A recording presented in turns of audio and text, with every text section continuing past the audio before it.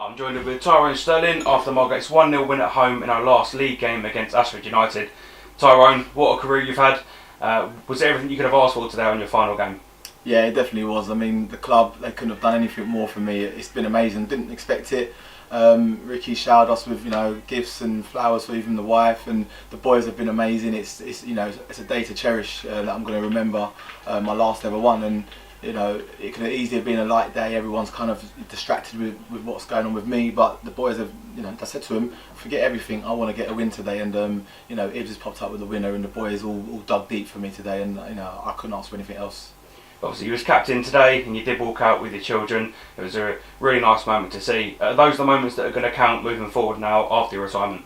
Yeah, I'll say it again, I couldn't think of a better place to finish my career, I was thinking to myself, do I want to go another year or play somewhere? I just wanted to, the club has been amazing, the fans are great, Chairman, Ben's been amazing. I thought, you know what, my family and friends need to come and experience what I've seen for the last 2 years, and yeah, it could be everything I asked for, the children are going to cherish this, and memories I'll tell them forever as well about the rest of my career, so yeah, it's been amazing. Moving on to the game now, the first half looked to be fairly even, I think, between Margate and Ashford. Neither team really took the dominance in the first half. What was changed at half time for us to go out and look like the more dominating side?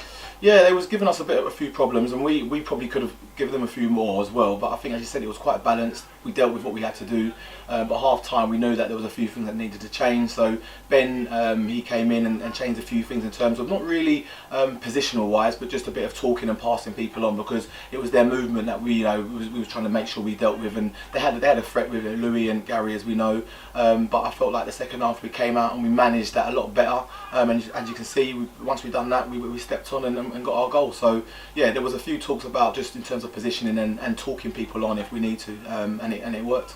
Obviously, in terms of the league table, it was a nothing game really. Obviously, we're secured in fourth, and Ashford are safe in the league for next season. But how important is it that we've got that win going into next Tuesday's first playoff game? Yeah, massive. It's that's one thing about this dressing room.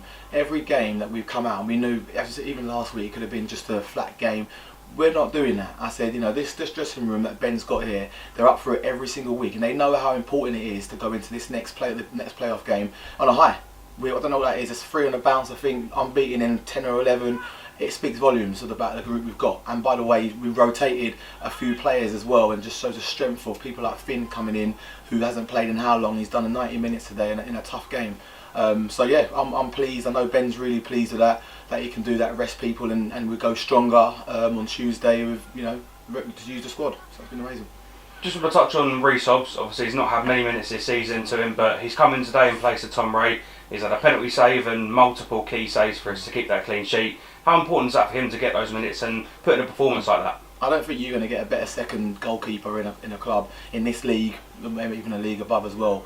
He's ready. He comes in and just does his job. Doesn't moan, and he's always on hand. And not only that, but comes in and does a fantastic role. Like penalty saves, even against I've played him where he stepped in. He's fantastic. And I think if you've got players like that can come in, and he's still young. He's got his whole career ahead of him. I think that he's got a bright future ahead of him.